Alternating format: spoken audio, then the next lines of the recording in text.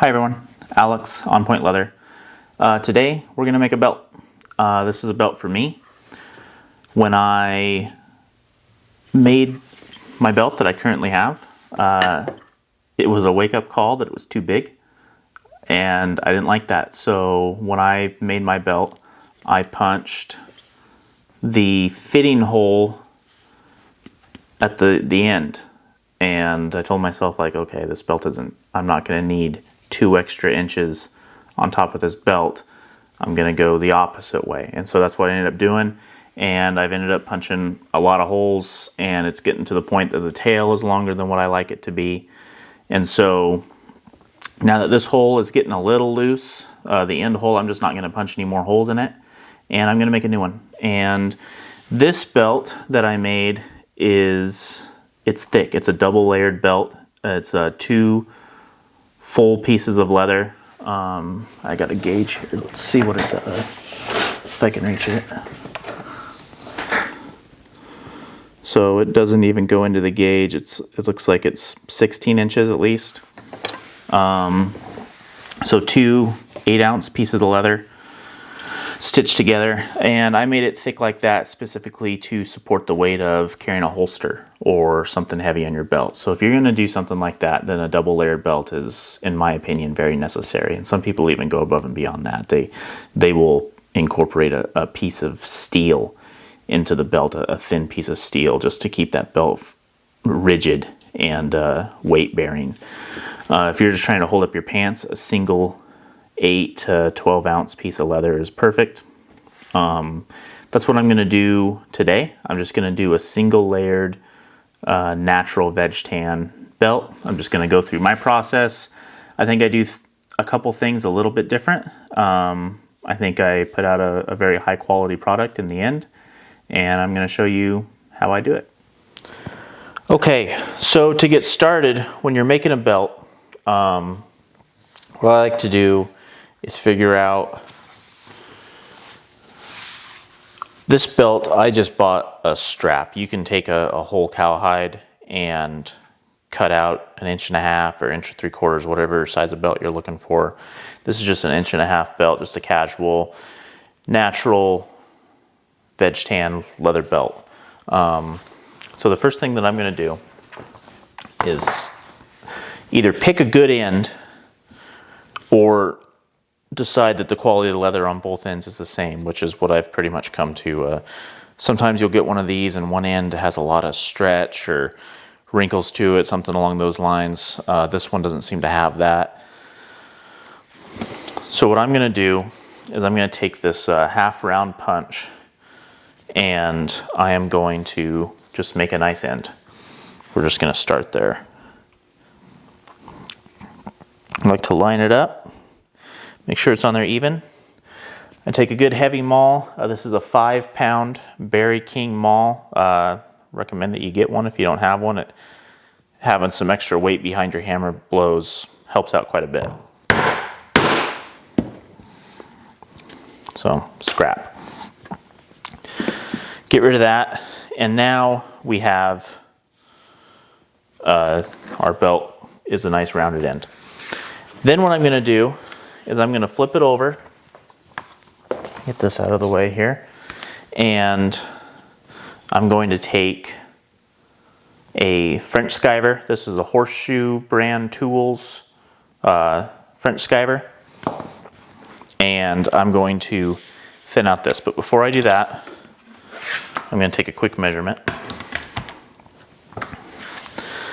So I have one of these cutting mats with inch grids, and it's really nice. I can lay something down like this, and I can make sure that it's straight. I can do a straight cut, get good angles. Really easy to grab a measurement without needing a ruler or anything like that. These are an excellent cutting mat to use. Very helpful. So I'm going to take my slot hole right here. This is how I end up measuring these. And I come in about 3 inches.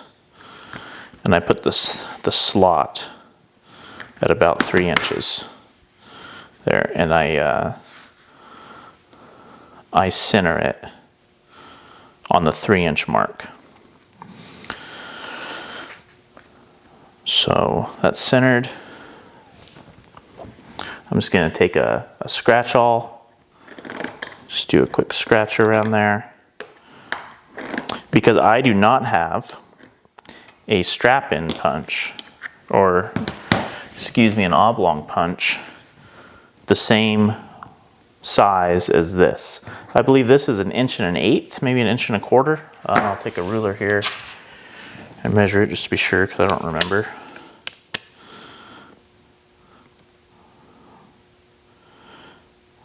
Somewhere between 1 1/8 and 1 1/4. I think this is all in millimeters. So I don't have that. So what I'm going to do is I'm going to double it over. So I'm going to take a little bit heavier cutting board, because I don't really want to do a lot of cutting on this cutting board, because I like its grid pattern and I don't want to cut through it.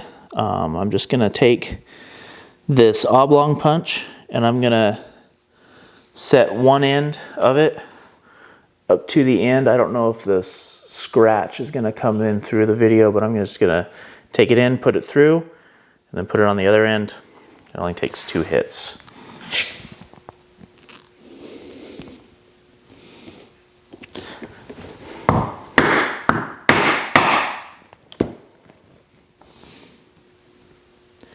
Then we'll just double it over.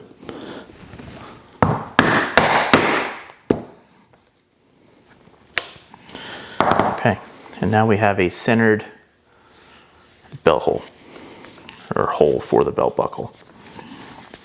So we're going to fold that there. So in order to have a nice fold, I'm going to take my French skiver and I'm just going to thin that down a little bit. Before I do that, I'm going to strop it on the stropping mat that I made. Just going to give it some strops. Pull this way. And then I have this raised portion so I can flip it over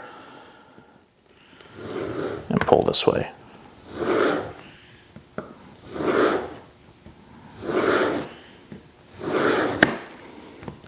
With these tools, you need to do a lot of stropping, a lot of sharpening, and it makes your life a lot easier.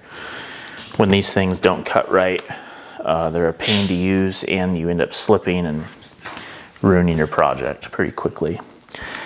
And I like to start at the end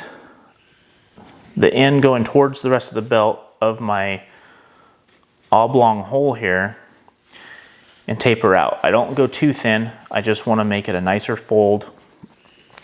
So I start here,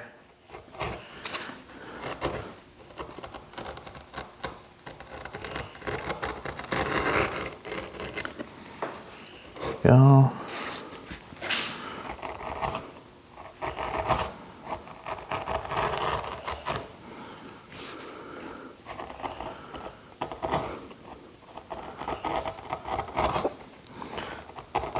See, this could be sharper.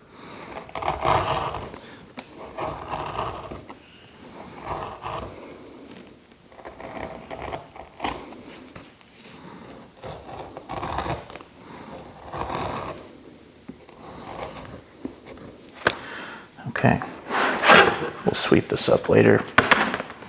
And then if your blade isn't super sharp, and maybe even if it is, it'll leave a little bit of hairs. So I just come around the edge here and just kind of take those off. All right, so this has been thinned down. See if the camera will pick that up. It comes up to a taper. It's not a feathered edge. It's not thinned down dramatically. It's just enough to help with the fold. And then when it doubles over, it's not the full bulkness of 2 pieces of leather laying on top of each other. And plus we're gonna have a keeper in here. It just kind of keeps the bulk down, helps your fold. Okay, so the next step in this process is I'll take the buckle that I'm gonna use. This is a buckle I got from Buckle Guy. The buckle model is T as in Tom, T3139. It's a 1.5 inch nickel matte heel bar buckle. This is made out of solid brass, has a nickel finish to it. I really like these belt buckles. I used to use the hardware that you buy off the Tandy rack, and these are leaps and bounds better feeling. They feel so much higher quality than something you would buy from a Tandy store. Give it a try. It says, it'll focus right here. It says solid brass. It's nice if you're gonna make a belt for someone, for a customer, and they can look at it and tell right away that the hardware that you've used is at least made out of decent materials. I like that kind of stuff. It's hidden, it's not stamped on the front or anything, but if someone wants to take a look, they're like, oh yeah, he did use solid brass material hardware when he made this belt. So what I do is I will actually put on the belt buckle. Having my belt here to measure off of is great, it makes it easy. But in order to measure a belt, the way I do it is I take my belt buckle, I put it right on the end here, and I measure all the way out. So if you're gonna have someone measure a belt for you, have them measure from the end of their belt buckle to the hole that they're currently using, or their most used hole. If they have a hole in their belt, that's the one that's typically there, and you'll be able to tell the wear. It will be substantial on that belt hole if they're not fluctuating in weight quite a bit. Measure from the end of your belt buckle to that hole, and that is the size of your belt. I'll explain that to people. They'll message me back. They'll say, got it, my pant size is 38 inch belt. It's like, well, that's not the case. Or I'll tell them this, and they will measure from the end of the buckle to the end of the belt. And they'll say, the belt is this length. And that's not the case either. That's not gonna give you a good measurement at all. Measure from the end of the buckle to the most used hole. And that's your belt size currently. So with this belt, we're gonna measure, we're gonna lay it down, stretch it out. So currently, this belt, the belt size that I would be wearing is a 41.5. So that's the size of belt that I wrap around my waist.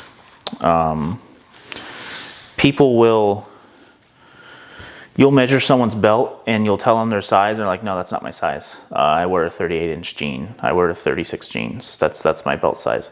Belt size is not indicative of waist size or pant size, anything like that. It depends on how you wear your belt. If you cinch it in real tight, then your belt size could be quite a bit smaller than your actual waist size because you're cinching it right in. Your belt is now smaller than your waist. Some people wear their belt really loose to where it hangs down off of them. Their belt size would be substantially larger than their waist size.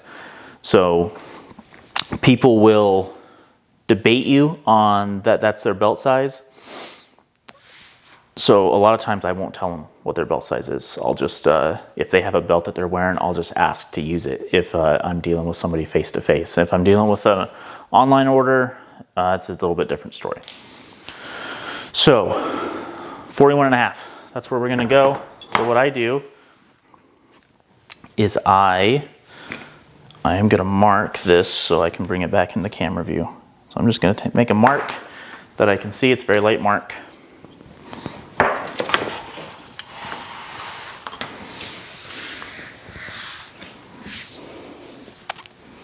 There it is. And I'm gonna take this centering tool. So this centering tool, I don't even know how to pronounce it. Gigi leather. I bought this from a Japanese website. Since then, the centering tool style has become pretty popular. I think Maker's Leather Supply sells one with their name on it. You can find these on American websites now. It's a very nice tool. It's made out of pretty nice quality materials. I think this is aluminum or steel, and it's got copper rivets on it. It swivels, so you'll lay it down, swivel it, and it locks into place. And now the tips of these are your center. And so there's 5 here, which is a great number for belts. I put the hole, so if I'm going to make a belt for a normal person and somebody just says I want to replicate my belt, I would take the size of the hole that their belt is, so in this case 41.5 inches, and I would put that in the center, and that would be the middle hole. And then they have 2 inches approximately, this is millimeters, but it's about 2 inches approximately that they can lose, or 2 inches approximately that they can gain on their waist, and this belt will still work for them. If they lose more, they'll have to punch holes. If they gain more, they'll have to punch holes. But it allows essentially 4 inches of span that this belt will continue to work for them. With me, I'm gonna continue with the same philosophy, and I am going to make this hole my last hole. And hopefully I have to punch some more holes in this one of these days. So I just went through and I marked each hole with this awl, scratch awl here. So if you can see it, see if I can get it to focus. I don't know if these will show up, but there's just light little marks, and those are right in the center, right where they should be. So then what I do is I take a hole punch, and I've just started using this. It's a little teardrop hole punch. It's a little teardrop hole punch. I got this idea from, I believe it's Pigeon Tree Crafting off of Instagram. He puts these teardrops in his belt, and I look at those pictures and I think that they look really neat. I shot him a message. I asked him if I could steal that idea from him, and he said go for it. So just a shout out to him. Pigeon Tree Crafting on Instagram. I got this idea from him. So in order to get these centered, because with the teardrop it can be a little difficult to get it on there and make it straight. You can get these teardrops pretty crooked on here without trying to. So what I do is I will take the teardrop and I will just kind of lay it on there. So now I have a very light impression of where my teardrop is. And I'm going to go back through, because now I know how big my teardrop is. I'm going to put more holes on each one.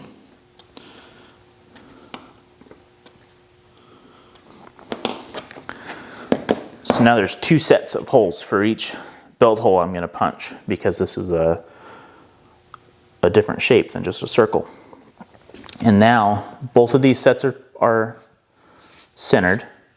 I can take this tip here and put it right in the center, and then roll it down and try to line up the center of the rounded portion of the teardrop with the corresponding hole or corresponding mark. And that's how I center my belt holes, using the teardrop hole punch. Before I figured that out, I had a couple crooked teardrops because I didn't realize how easy it was to get those straight on there. But I like the look that it gives.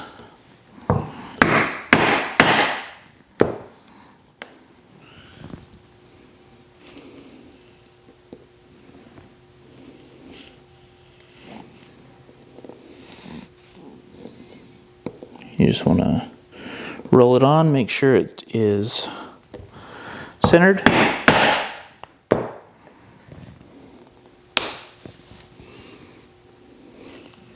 It's funny because I just bought a really nice hole punch set,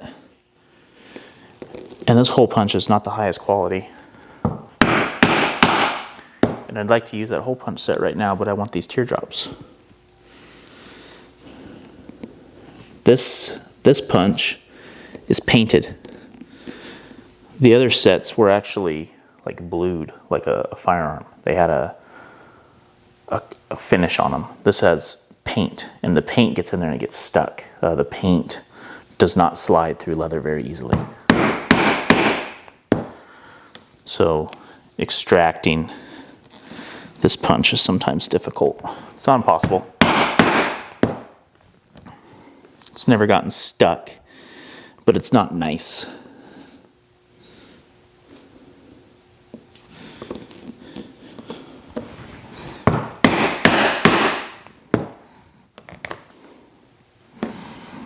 All done. And you get these little neat little teardrops that come out. And then that's what it looks like.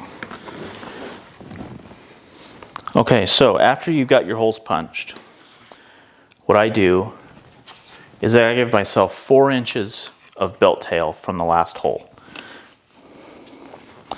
So from here to here, just kind of put a mark there. That's about 4 inches. Then I will actually go in and make sure that mark is centered.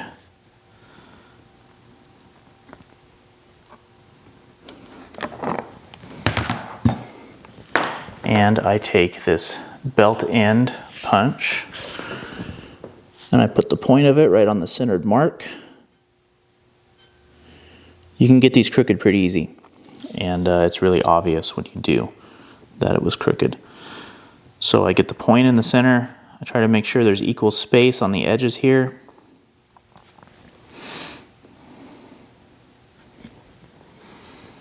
Okay.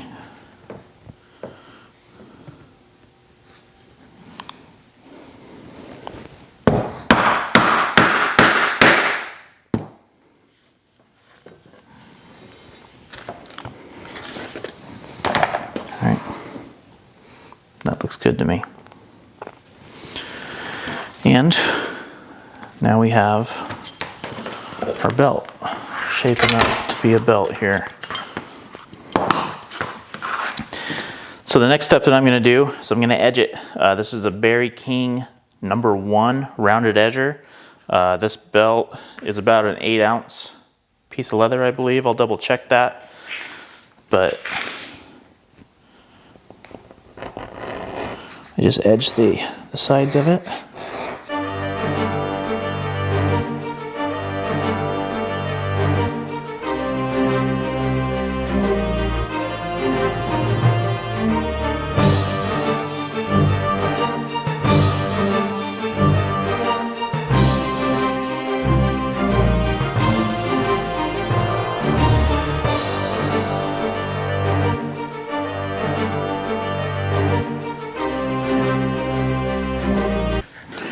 Okay, this is fully edged now, and depending on what you're going to do with your belt depends on your next step. If I was using something like this, like an English bridle, and it was already finished essentially, and I wasn't going to go in and finish it, here's another piece of English bridle. I don't need to put on a finish to this. Then I would go in and burnish the edges here. But because this is natural veg tan, and I'm going to need to apply something to it, or I'm choosing to, I'm going to do that now. Because if I burnish it, depending on what burnishing agency you use, or burnishing agent that you use, it will create a resist and not allow your finish to seep into that area, and you'll be able to tell little spots where your burnishing agent got onto the leather. When you put on your finish, it won't go in there. So the finishing that I'm going to do actually is just standard olive oil that you cook with. That's what I like to finish natural veg tan with. So I just take this filthy piece of cardboard that I dye things on and use finishing on, and I lay it down. And I take some of this great value organic extra virgin olive oil and a wool scrap, and I oil it. I've always used neat's foot oil, and I have heard that neat's foot oil, pure neat's foot oil, is no longer actually pure neat's foot oil. It's they can say that, and it's not. It has a certain amount of neat's foot oil, which I believe neat's foot is rendered cattle shin bones. So they boil down cattle shin bones, and the oil that comes off of that is neat's foot oil. Heard it's no longer pure neat's foot oil when you buy it. Very rarely will you get actual neat's foot oil in its purest form. And so there's different agents in there that are taking up space, filler spaces, that makes it cheaper to make. When I took the Montana saddle makers course from the Montana Saddle Building School, they used olive oil. And I had heard of people using olive oil, but I've never actually tried it until I was there. And I really liked the way that the olive oil treated the veg tan leather. It does a great job. And also, if you take natural veg tan with olive oil on it and you set it out in the sun, it will suntan very quickly. You'll turn a belt almost brown in the matter of an afternoon in some direct sunlight. And it's a really pretty look. It's even. With dye, if I was gonna dye a belt brown, depending on how I do it, there's streaks involved. If I dye it the way I'm doing right now, I have to do several coats just to get rid of the streaks. If I use an airbrush, then the dye is not penetrated very deep, and you deal with the issues that creates. With this oil, I'll soak this belt down with oil. It's good for it, and it helps with the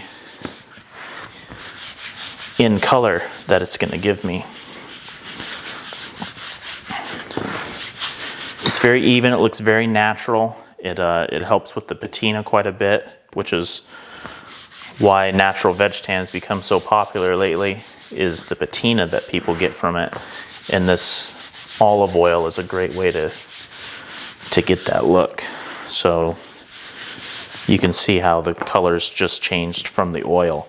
Now, as this oil, this is a very fresh application. It won't take long for this belt to lighten up a little bit and come back closer to its original color. It won't come back to it completely. I have darkened this belt permanently now. Here's a piece of it next to each other. So this is a permanent darkening. If you don't want to do this, then don't do it. You don't have to. If you just want to get a patina without any oil, just wear it plain. It'll get wet and sweaty and change color after a while, but I like the way that this looks. So feel free to use that.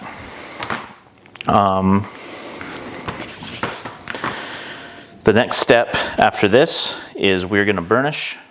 We're going to make a keeper, put it on the belt, put the belt buckle on, secure it, and this is going to be finished. Okay, so the next step is going to be burnishing the edge of this. And for anyone who doesn't know what burnishing is we're going to take this edge here that we've edged. We've taken the sharpness off. We're going to take this and we're going to take these loose fibers. We're going to rub them down with heat and friction and agent of some kind. And these fibers are going to compress into each other and create a nice, slick, tight surface. It looks great. So I'm going to hold it in a way that it doesn't drip all over. And I'm just going to apply this burnishing agent. I'm just going to apply it down the edge here. I just do pieces at a time. I don't do the whole belt. And grab a piece of canvas here that hasn't been impregnated with toconol. And I just start rubbing it. I just grab it till the canvas holds tight. And I just start rubbing that edge.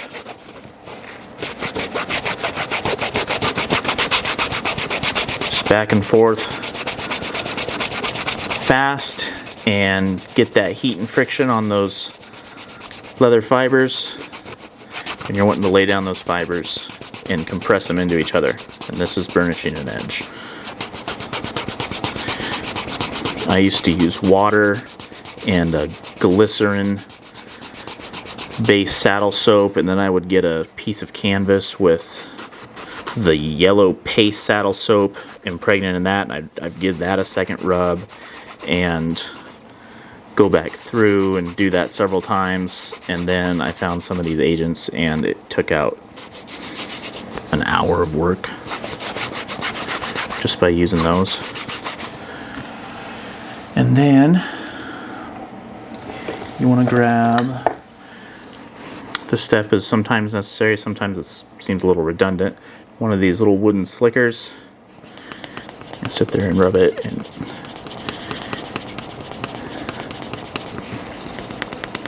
it starts to give a squeak. That's when you know it's working.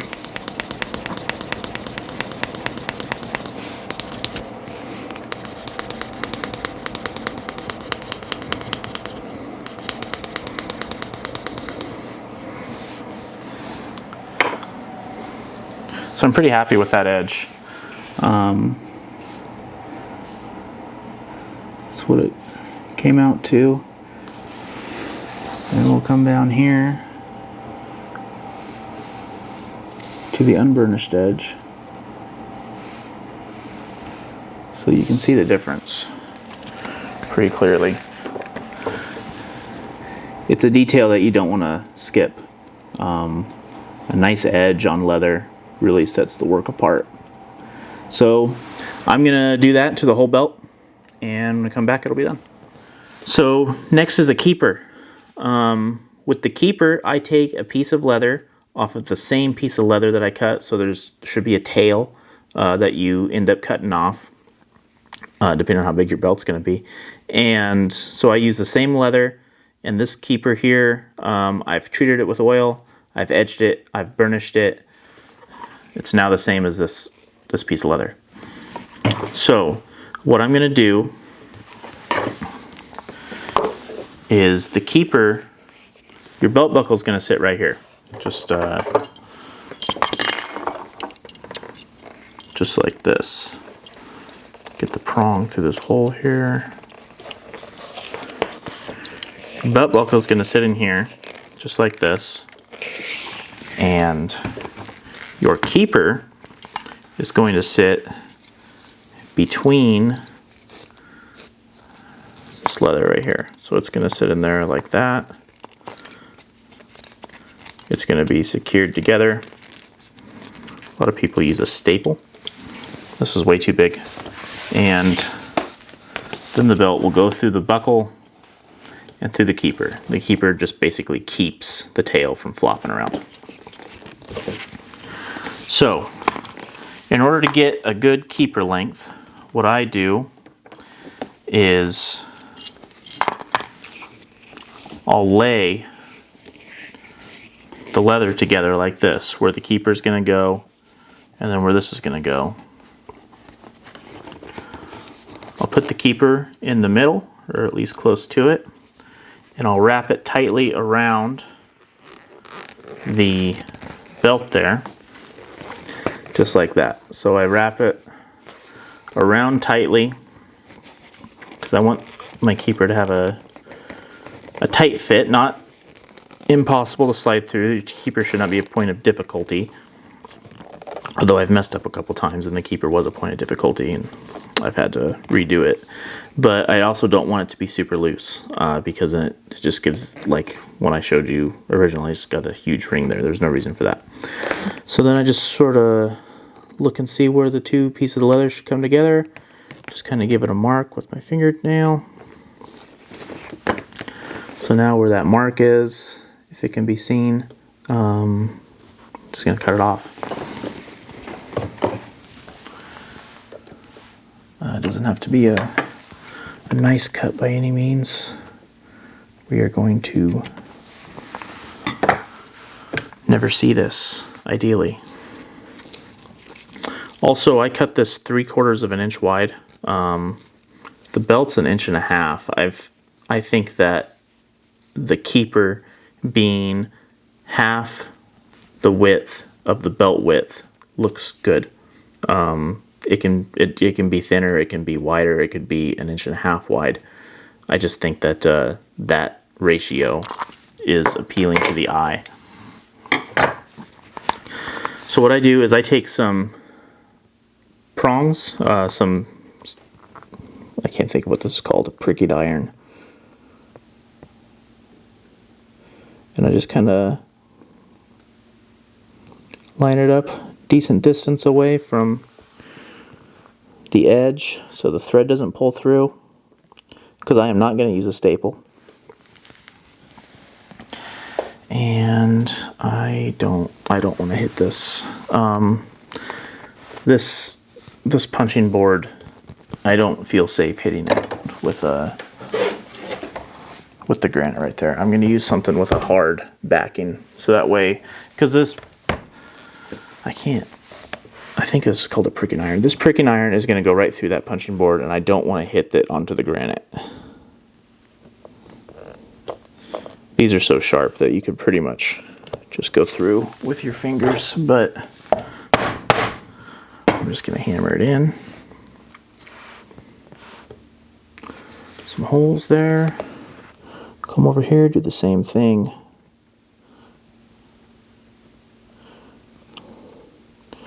You don't have to spend a lot of time lining anything up or making anything perfect, because nobody should ever see these.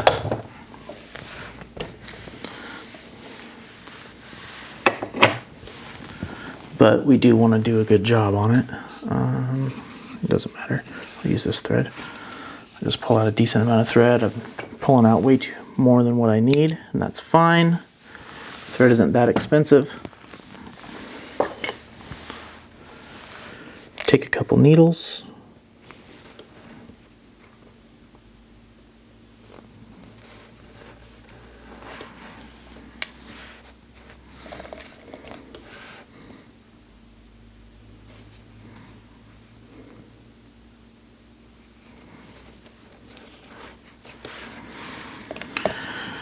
And I come in from the back side of the keeper.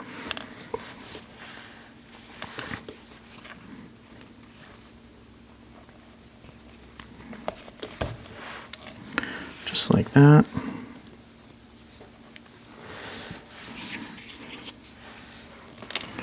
Try to keep the needles even. Stitch together just like that. Just pulled on one needle quite a bit. And then I do a crisscross stitch. So this needle over here on the side, I'm going to go into the opposite side.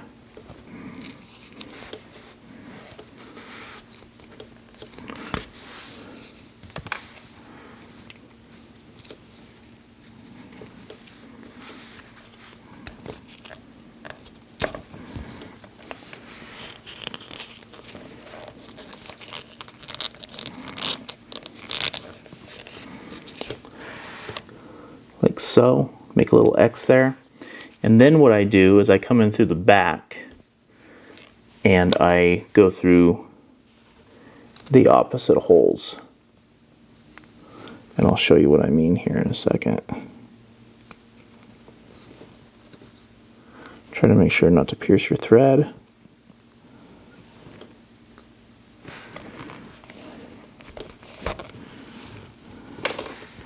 And I do the same thing.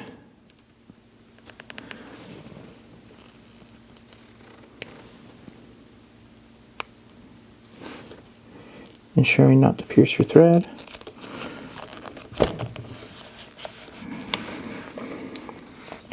And then I can pull this tight.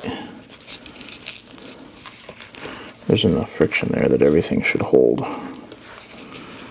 things in place from now on. So we have an X here, and then if we'll be able to see it, we've come just like that with those two in the back. So it's stitched together, keeping it together that way and this way, and then we'll just do it again. Okay, so I've gone down the entire length of the keeper with this crisscross stitch, made a series of X's, and then on the back side if we can see it. We have straight stitches in the back. So to finish this off, I'm just going to go through the X. I'm just going to do a crisscross again once more.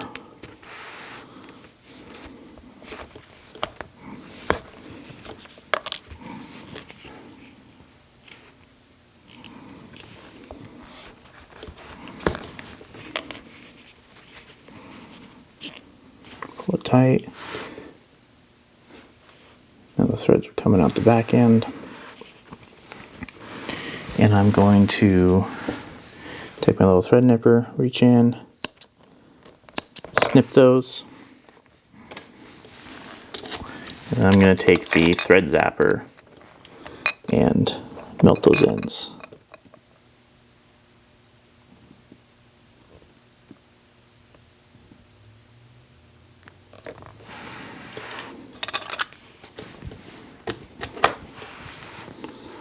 Just like so. So those ends are burned, and this keeper is not going anywhere. This, I think, is a much superior way of making a belt keeper than taking a strip of leather, running a staple through it, and praying it holds. And we'll just test it here real quick.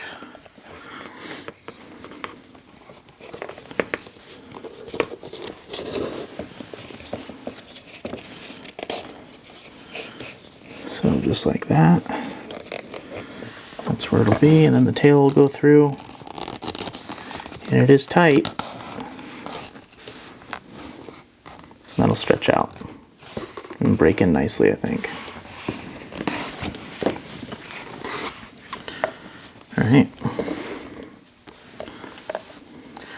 All right, so this is the final part of the belt. Almost the final part. This is securing the belt buckle on with the keeper. Once you've done this, you have a functional belt. I need to put a maker's mark on here, so that may come first or last.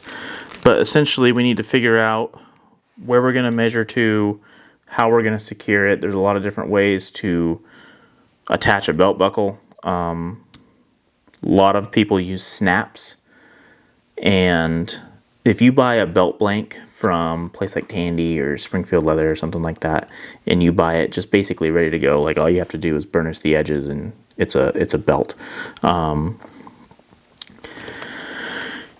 It'll come with snaps typically. Some of them will have holes punched for Chicago screws. So snaps are fine. They hold. I've never worn a belt with snaps that busted loose at the snaps. The tension that gets pulled on here is not the tension that undoes a snap, so they hold pretty strong. Chicago screws do a good job. I think they look cleaner, and then you can unscrew them and change out your belt buckle if you want to. I don't plan on changing out my belt buckle, so I'm not worried about that.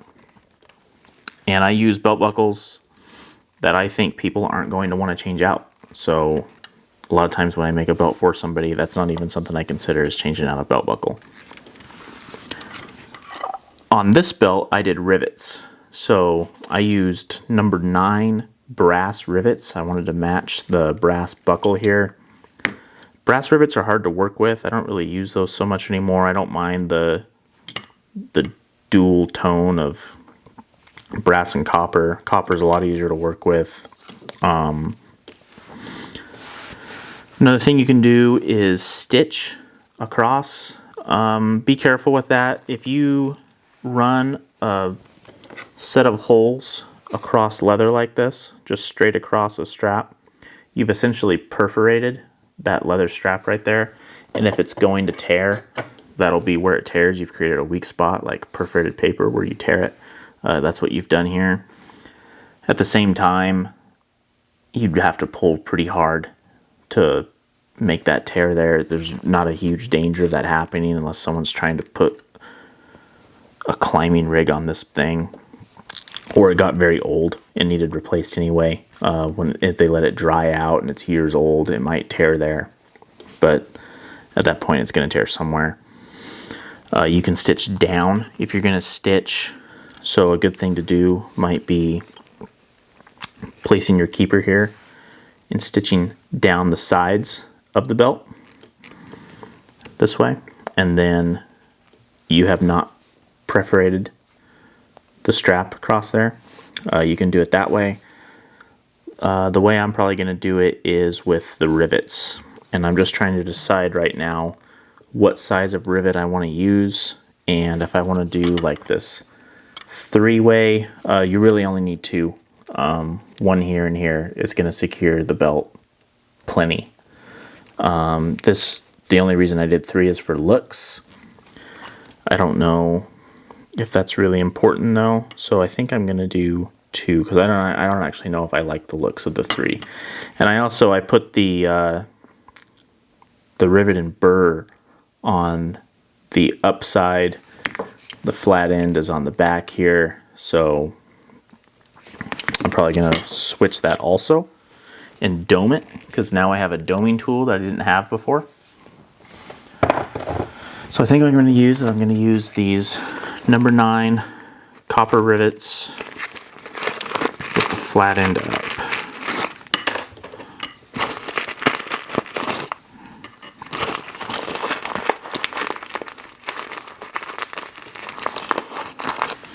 This is called your burr, I believe. I could be wrong on that though.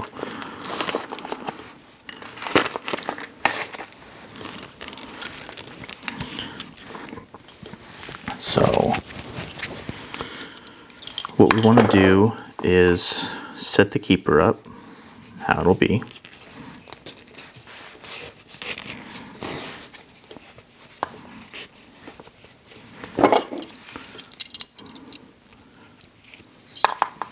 Put in the buckle.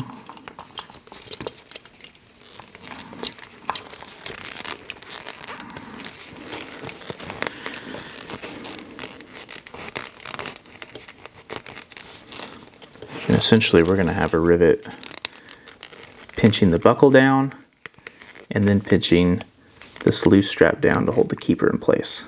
2 rivets just like that. So we just want to space it out.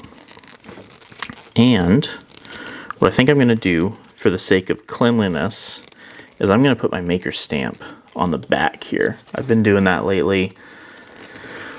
This maker stamp, I've since changed it, but it was at the end of my tail, and I don't mind that look, but I think I'm going to do it on the back just to clean everything up. So what I'll do to mark it is I'm going to take the flat end of my rivet and I'm going to lay this leather down, and I'm going to kind of press in the flat end just enough so that way it leaves a little bit of an indentation, and that'll give me an idea where the rivet is actually going to be after I press it in. That's decent spacing. And after I punch these holes for this rivet, I'm going to go measure it against my stamp, and I may not have enough room. So we will see if that ends up working out for me. What I'm doing right here is I'm just matching. I haven't used this punch set yet, really. This is the Amy Roke punch set from Rocky Mountain Leather Supply. Just trying to see which size best matches the hole for this rivet. Looks like 5 millimeters. This is a very nice punch set. I did a review video on this. I don't know which video is going to come out first, but I like this punch set a lot.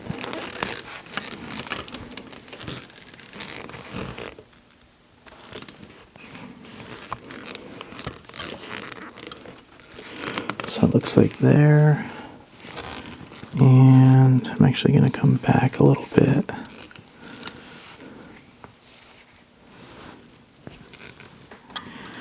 I think I'm going to put one right there. So what I'm going to do now is I'm going to get my centering tool. I want to make sure that these points are centered, and then I'm going to punch the holes. Okay, so I have my centering tool here, and your eye naturally finds the center. So this is really an unnecessary step, but it doesn't find it perfectly and I mess up. This is perfect. This centering tool is perfect. So we're talking about the difference here of maybe a millimeter that I might be off. Not a big deal, but it's a millimeter that I'm not going to be off now that I've done this little step of using a centering tool. And then I just take my hole punch and I again center it over the mark that I just made. Actually, I'm going to make that fold here. So I'm going to fold this belt over. Give this a pinch here. If your belt's really thick and you haven't oiled it or skived it down, get it wet before you pitch on this, or else it'll tear, and you'll get tears right there.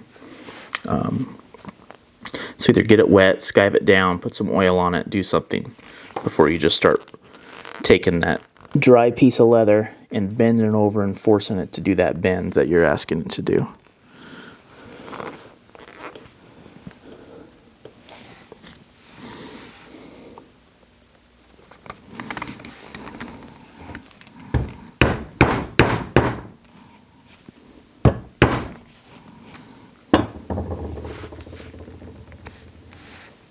That was great. Not done with that yet. The more I'm looking at this, I don't know if I'm exactly happy with where that's going to go. So I moved it back a little bit because there's no reason to put a rivet back here and have this extra tail flap. I was trying to put it here towards the end, give myself extra room between these to put my maker's mark. However, I think I moved it back so far that the washer part on the rivet is going to hang over a little bit. So I'm going to look at that real quick.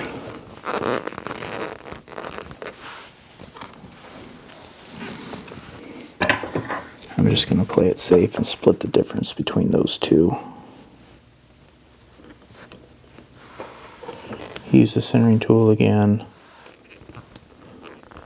Find the center.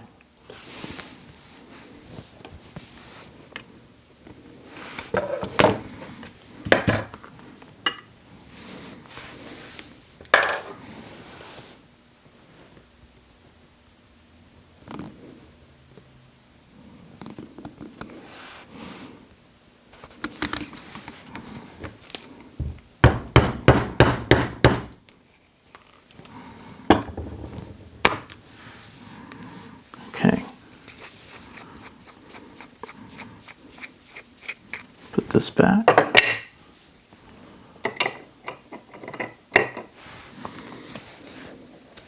Yeah, that's a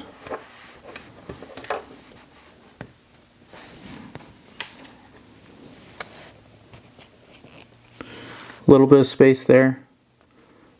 I was mainly concerned that the washer doesn't overhang that edge, and it doesn't. And there's not a unreasonable amount of space either. So what I'm going to go do is measure my maker's mark. I just eyeball and I know I have room, and I am going to place the maker's mark right between here. Okay, now that the maker's mark has been put on the belt, we're going to finish it. Finishing it's going to be pretty quick because we don't have much more to do. Put the keeper on. Line it up in the center there. Put on the belt.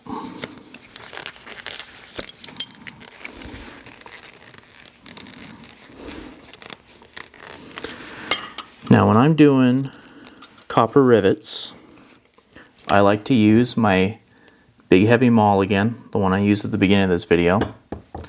And I also have a little piece of steel.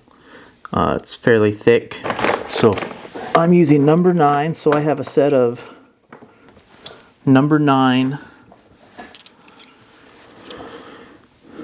you can see that. Number 9 rivet and burr setters. I got these from Buckle Guy. They're pretty decent. Douglas Tools makes a set that's also really good, probably better than these, although I don't know how much better. They are more expensive. Douglas Tools from Sheridan, Wyoming. The business went out. They closed down their shop, but he still makes a few of his tools that he was well known for and will sell them. So just reach out to him. You can find them online if you want one of those. So what I'm going to do is I'm going to do the flat end of the rivet on the top. This time I'm going to get the keeper just out of the way for this first one. I'm going to set this down like so. And I'm going to hang the buckle off the edge of this just so everything lays a little bit more flat. Take my copper washer. And I'm going to use my first setter with the hole.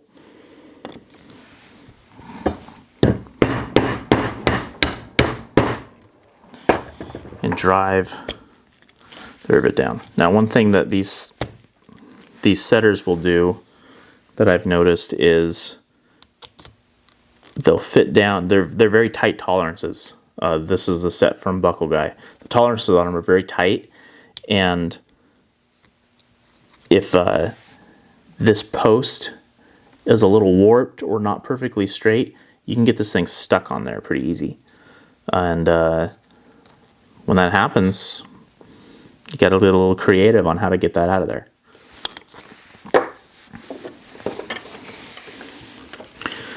So I'll just finish off this rivet right now. So what you do is you take your nippers here. People have different opinions on how high up you should clip and leave this post. These nippers, the way that they are, they don't go down perfectly flat. They won't allow me to get a flat nip. And so because of that, I push them down all the way to the washer of this rivet, and that leaves enough post to work with, in my opinion.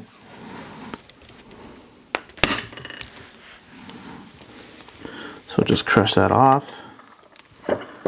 Then I take the second part of the 3-part set. It just, I don't know what to call it, but it's a smoother. Smooths out this rough edge here. And you got to do some hammering on this.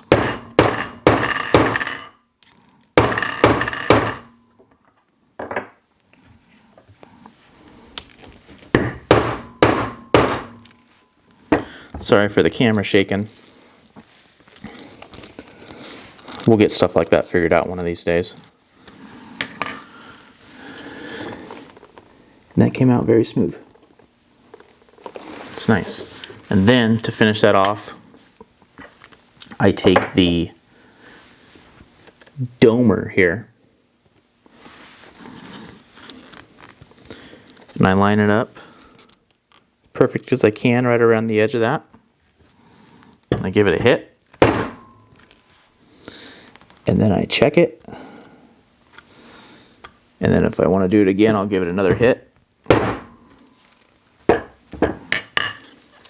and that domes the edge of that rivet, and that gives it a really nice finishing touch.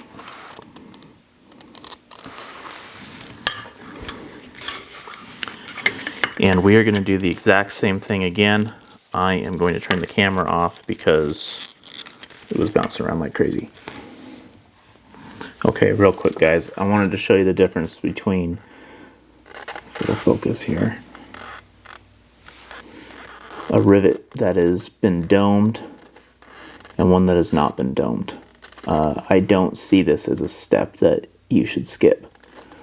I think it's absolutely worth the money to buy a set that domes. You can buy a domer if you already have a rivet setter that you like.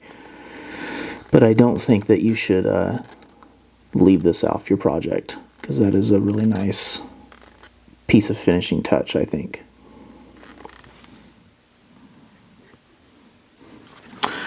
Okay, everyone, it's done.